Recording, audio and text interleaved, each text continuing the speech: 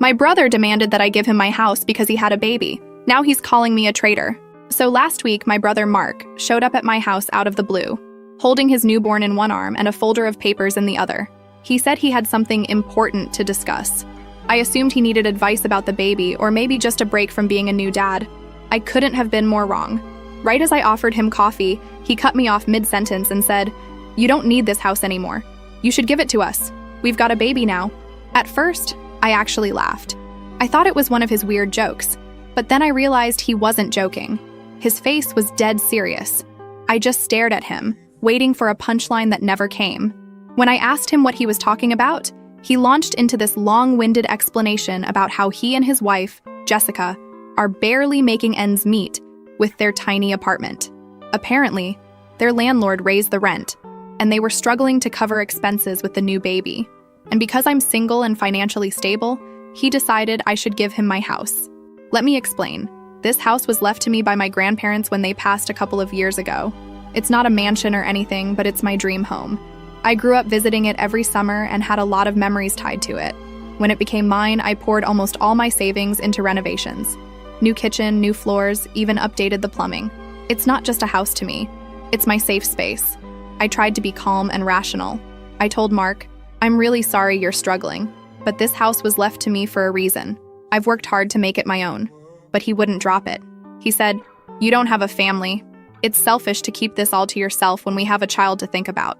Jessica, who apparently had been sitting in the car outside, came in at that point. She started chiming in about how families should help each other, and how they had already planned out how to make this space work for their growing family. Planned out? She even had the audacity to suggest I could rent a nice apartment somewhere since I'm just one person. I was dumbfounded. I told them flat out, "This is my home. I'm not giving it up." That's when things got nasty. Jessica started crying. I swear it felt fake, and said something like, "I knew she wouldn't understand. She's always been selfish." Mark got more aggressive and accused me of hoarding resources. He actually said, "It's not fair that you have all this while we're struggling to get by." At this point, I was so angry I could barely keep my voice steady. I asked them to leave, but Mark dropped his folder of papers on my coffee table and said, "Think about it. It's what's best for the family." When they finally left, I sat there staring at the folder. It was filled with documents, suggested timelines for moving out, a budget for how they'd maintain the house, and even a drafted letter to my HOA informing them of the change in ownership. I couldn't believe the level of entitlement. They had planned this like it was a done deal. The next day, it got worse. My parents called me, and guess what? They're on Mark's side. My mom said, "You don't need such a big place, sweetheart. Mark has a baby now, and it's only fair to prioritize the family." My dad said something like, "You're single? You have flexibility?" They don't. I tried to explain my side, but it was like talking to a brick wall. Every time I said no, they made me feel like I was some greedy villain. What hurt the most was when my mom said, "I thought we raised you better than this." Like I'm the one being unreasonable. For a couple of days, I actually started doubting myself. Was I being selfish? Should I just let them have the house? But then I remembered everything I've been through to make this place mine. The late nights scraping wallpaper, the weekends spent installing cabinets, the years I saved every extra penny to make it happen. I realized it wasn't just about the house.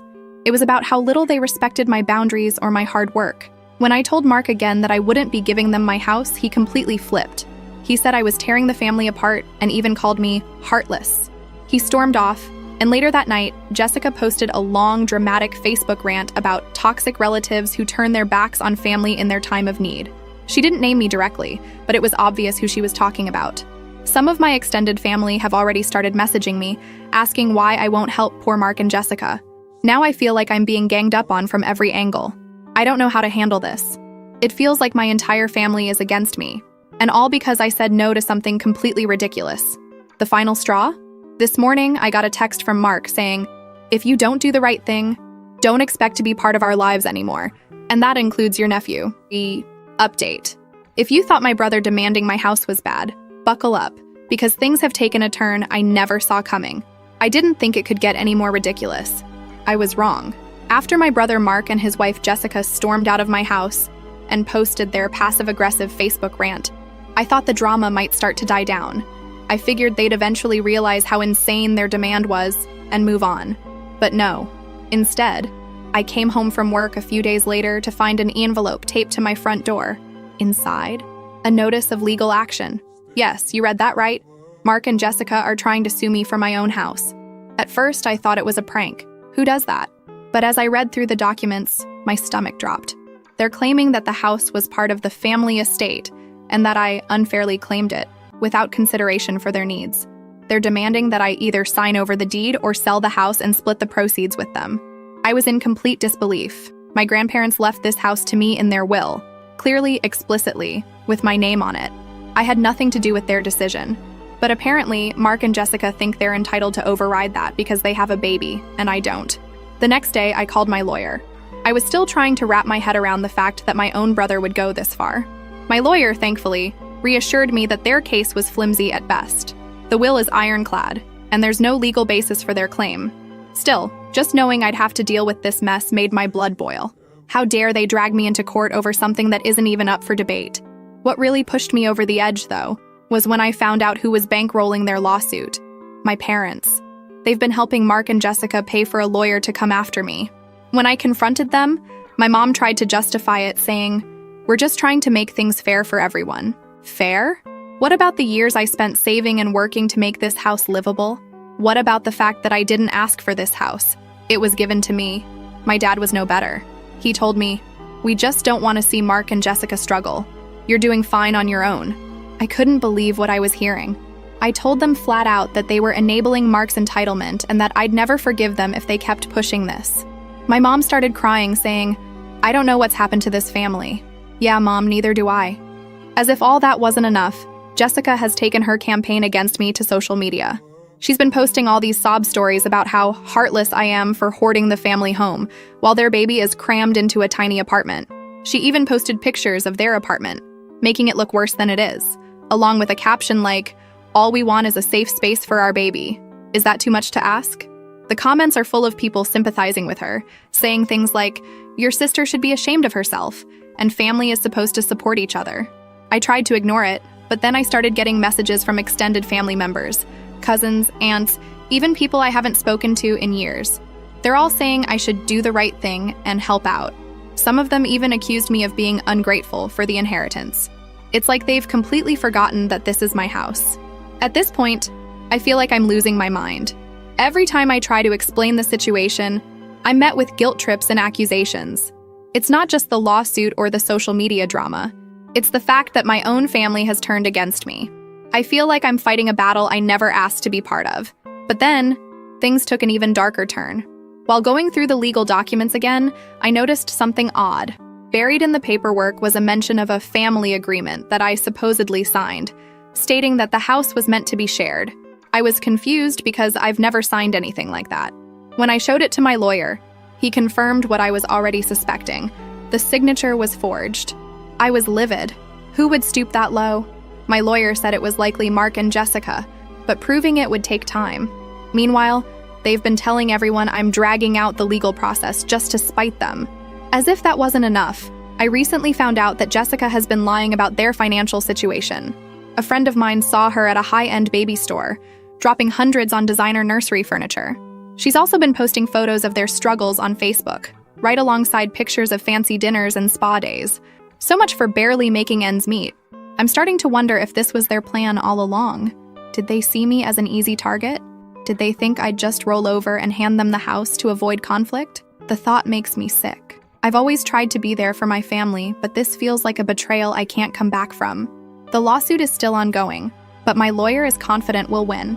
That said, the damage has already been done. My relationship with my family feels broken beyond repair. Every time I think about what they've put me through, I feel this mix of anger and sadness that I can't even describe. And the cherry on top? Mark showed up at my house again yesterday. He had the nerve to say, "You're going to regret this. When the baby grows up, they'll know what kind of aunt you really are." I didn't even dignify it with a response. I just closed the door. I don't know how this will end, but one thing's for sure. I'm not giving up my house. If that makes me the villain in their story, so be it. Final update. This isn't just about the house anymore. This is about a family secret that's completely shattered everything I thought I knew about my life. To recap, my brother Mark and his wife Jessica are suing me for my house, the one my grandparents left to me in their will. My parents are siding with them and even funding their legal fees. Things have been tense, to say the least, but I was confident that the case would fall apart since the house is legally mine. What I didn't expect was for this fight to unearth a secret that would change everything. It started a few weeks ago. My lawyer had requested some family documents to further disprove Mark and Jessica's claim that the house was part of a family inheritance meant to be shared. I didn't think much of it. I figured it was just standard procedure. But when the documents arrived, I noticed something strange. There was a file I'd never seen before, labeled with my grandparents' names and dated decades before I was born. Curiosity got the better of me, and I opened it. Inside were letters, legal agreements, and a handwritten note from my grandmother. What I read made my stomach drop. It turns out Mark isn't my full brother. He's my half-brother. Apparently, before my parents got married, my mom had an affair with another man, Mark's biological father. My grandparents knew about it and were furious, but they agreed to keep the secret for the sake of family unity. The letters revealed that Mark's biological father had left a significant sum of money to my mom when Mark was born, with the understanding that it would be used for Mark's benefit. My grandparents used part of that money to buy the house that eventually became mine. I sat there in shock, rereading the letters over and over. It felt like the ground beneath me had shifted. My entire life I believed we were a normal family, well, as normal as families get. But this was a betrayal on so many levels. My mom had kept this secret for decades, and now it was coming to light in the ugliest way possible. At first, I didn't know what to do with the information. Should I confront my mom? Tell Mark? I decided to sit on it for a few days while I processed everything. But of course, secrets like this have a way of exploding on their own. Last week, during another heated argument with Mark, he blurted out, "You don't even know the whole story. You're not the only one Grandma and Grandpa screwed over." I froze. I asked him what he meant, and that's when he dropped the bomb. He knew he wasn't my full brother. He's known for years. Apparently, our mom told him the truth when he was a teenager. But instead of feeling betrayed by her, he felt like he was owed something more. Like the money his biological father left was rightfully his. That's why he feels entitled to the house.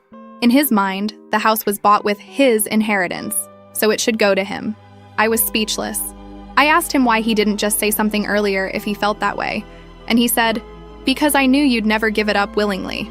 He admitted that the lawsuit, the forged documents, even the social media campaign were all part of a plan to pressure me into handing over the house. I couldn't believe what I was hearing. This wasn't just entitlement.